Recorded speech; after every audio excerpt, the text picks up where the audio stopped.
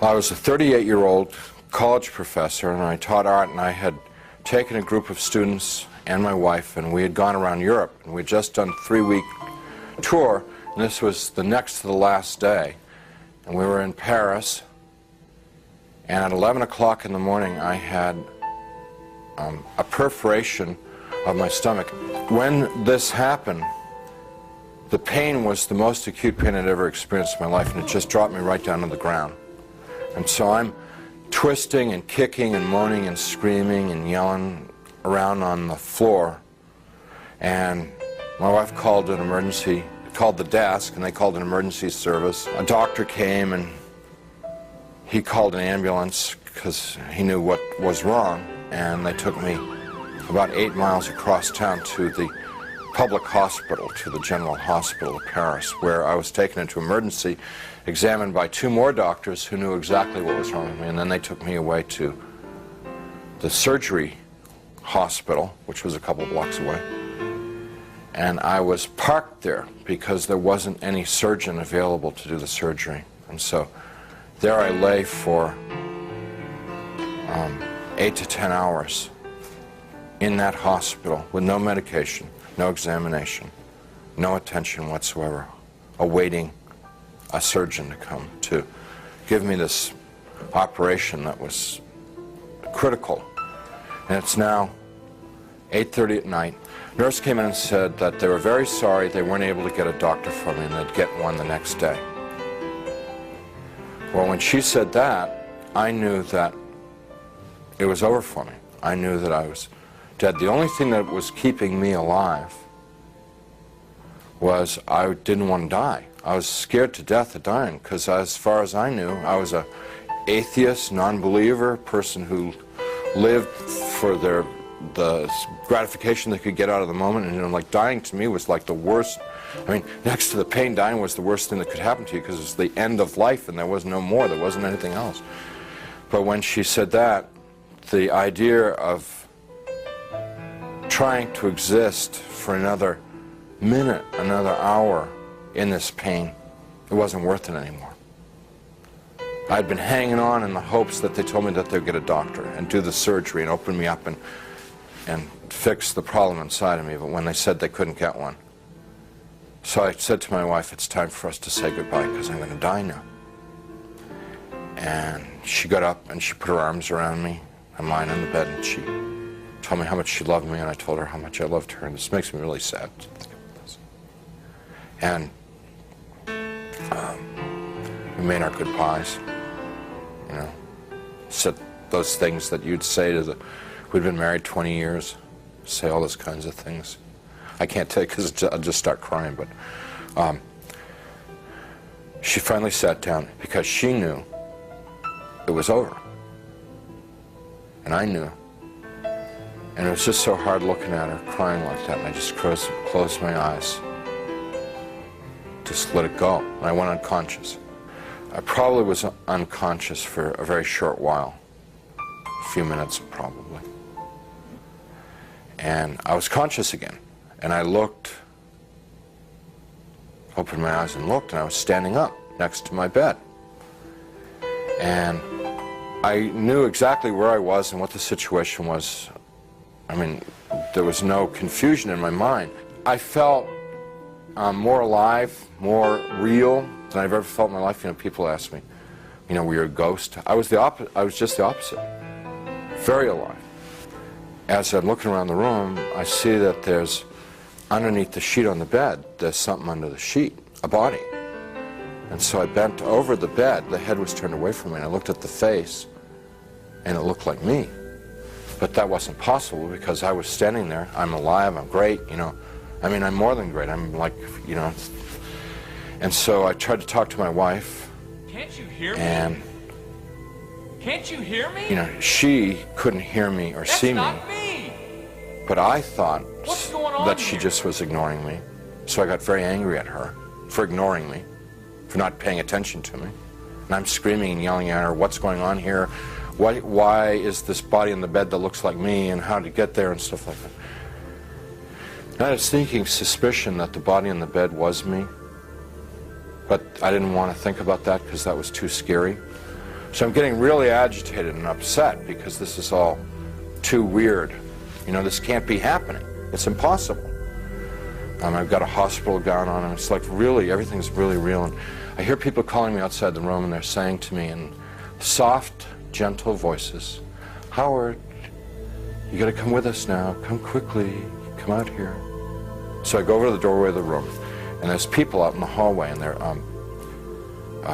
the hallway's dank, it's gray. It's not light or dark, it's just gray, and they're all in grayness, and they're men and women, and what they're wearing might possibly be hospital uniforms. And I asked them if they were from the doctor to take me to the operation, and I told them, I said, I'm really sick and I'm going to have an operation and I'm going to die if I don't get this operation. And I was supposed to have the operation 8 hours ago, and I'm telling them all this stuff, and they're going, well, we know, we understand. You know, you got to come quickly. Howard, come out here. Howard, come quickly. Come with us. Howard, we've been waiting for you. Waiting. I left the room, which was real, clear, bright, and went into the hallway, which was dank and hazy, and followed these people. We had a very long journey. There's no time, and whenever I make a reference to time, it's just an illusion, because there was no time in this place. But this journey, if I were to recreate it, I'd have to walk like from Nashville to Louisville or something to recreate the walk with these people. And as we walked, they stayed around me and kept moving me on, and it kept getting darker and darker. They were becoming more and more openly hostile to me. First they were sort of syrupy sweet to get me to go with them, and then when I was going along with them, it was like, hurry up, keep moving, you know, shut up, stop asking questions, you know, they started getting more ugly. And so we get into complete darkness, and I'm absolutely terrified, because these people are very hostile, I don't know where I am. I said, I'm not going to go with you any further. They said, you're almost there. And we started to fight. I was trying to get away from them. They were pushing and pulling at me. And there are now a lot of them.